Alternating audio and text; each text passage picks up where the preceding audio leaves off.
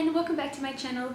Today I am going to tell you the story of my relapse with Graves' disease and kind of like an update of what's been going on with me. So if you haven't already seen my first video, I'll link it up here and I'll also link it down in the description box. In that video I go more into before I had Graves' disease, and then when I got diagnosed, and then after it up until I went into remission. I just want to say thank you to everyone for the amazing response I had with my first video. I honestly never thought in a million years that I would be able to connect with so many people from around the world and talk about talk about the disease and just give each other tips and just hear other people's stories. It was just really humbling, and I'm so grateful, and I really want to say thank you to everyone that reached out to me and to other people in like the little chat comment that we had. We had so many different conversations going on. It was amazing. I think in this video I'm just going to kind of answer a couple of questions that I got from my last video and just tell you a little bit about what's going on. So I was off my medication and I went back for my yearly blood test in September, and my levels were starting to change again. Before that happened, I could kind of feel something was going on, but I didn't really, I was just obviously praying that I wasn't going to get the disease back again. And then just throughout October and November, just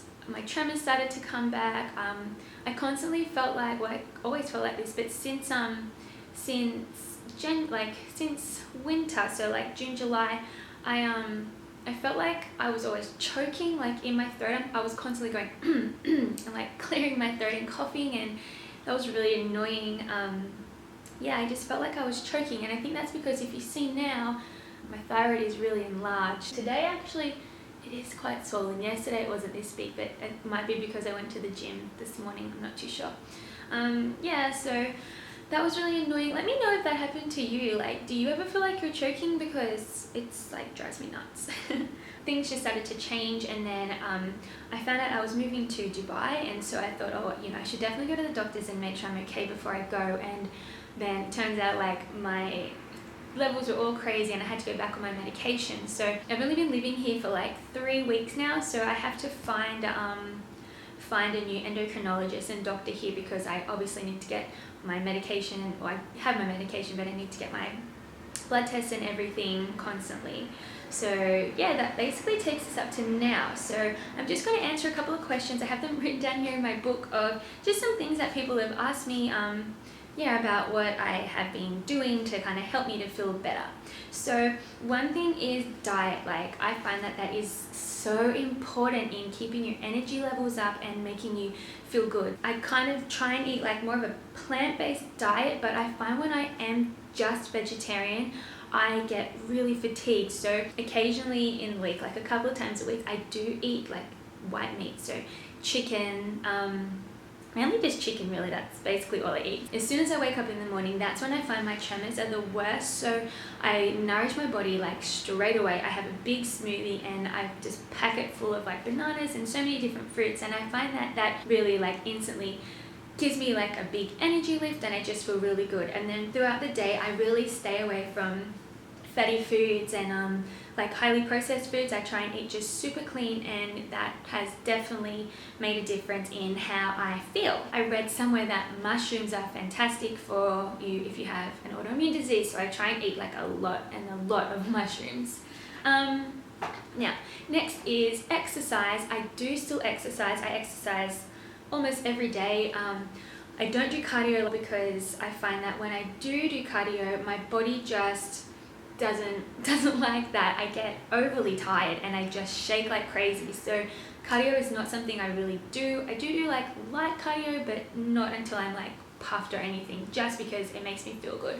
And also weights. I do weights every day. That makes me feel nice and strong, because if you're suffering from this, you might know that the disease does kind of deteriorate your arm muscles and your leg muscles. So walking downstairs can be really difficult sometimes. So because of that, I do like to do weights just so I feel nice and healthy and strong. But I don't go to the gym and really tire myself out, because it's not about that. I'm not trying to obviously lose weight with hyperthyroidism or anything. I just do it to make me feel good. So that's something that definitely makes a difference in my lifestyle.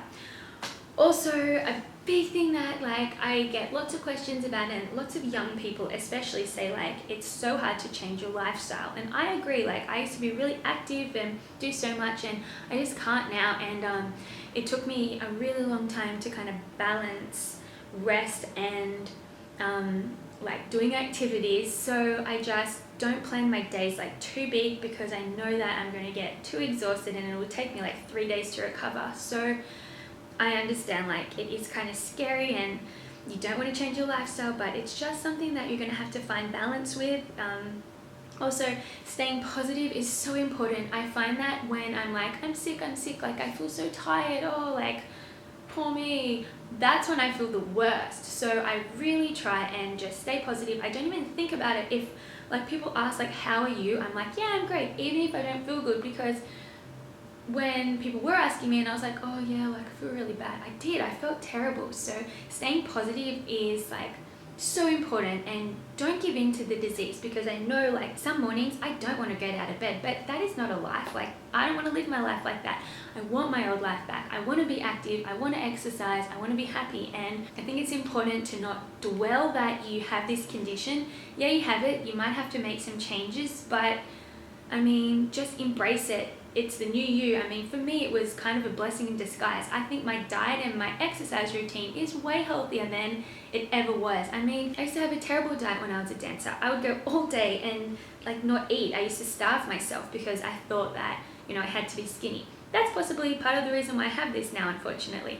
I never like got confirmation of that from my doctors or anything, but like that was really stupid that I did that. So yeah, like just, I mean, I know it's hard and it's scary, but try not to, you know, make yourself feel worse. Try and pump yourself up and just fill yourself with positivity and happiness, because everyone wants a happy life, and I want you to have a happy life as well. Please, like, if you have any questions, please contact me. Like, I love talking with you. I love it. So please leave comments below. Tell me your story. Let's connect, and I'll definitely be making like another video in probably a couple of months, just to let you know like how I'm going. If you are interested to see kind of like what I eat in a day, I do have a video on that, so I'll link it up here now, and I'll also link it below. I'm not like telling you that you need to eat like this. I definitely think that diet is something that's so personal, and you need to work that out yourself. Like, don't copy what I do or anything. If you need advice, go and see a dietitian or a nutritionist. But through trial and error, like I've just found that this is what's best for me, like plant-based, mainly plant-based. I'm not vegetarian or anything, but mainly plant-based definitely is best for me. So yeah, thank you again so much for watching. I really appreciate your kind comments and just encouraging words, and just, yeah, please leave some more comments down below, and I'll see you next time. Bye guys, have a great day.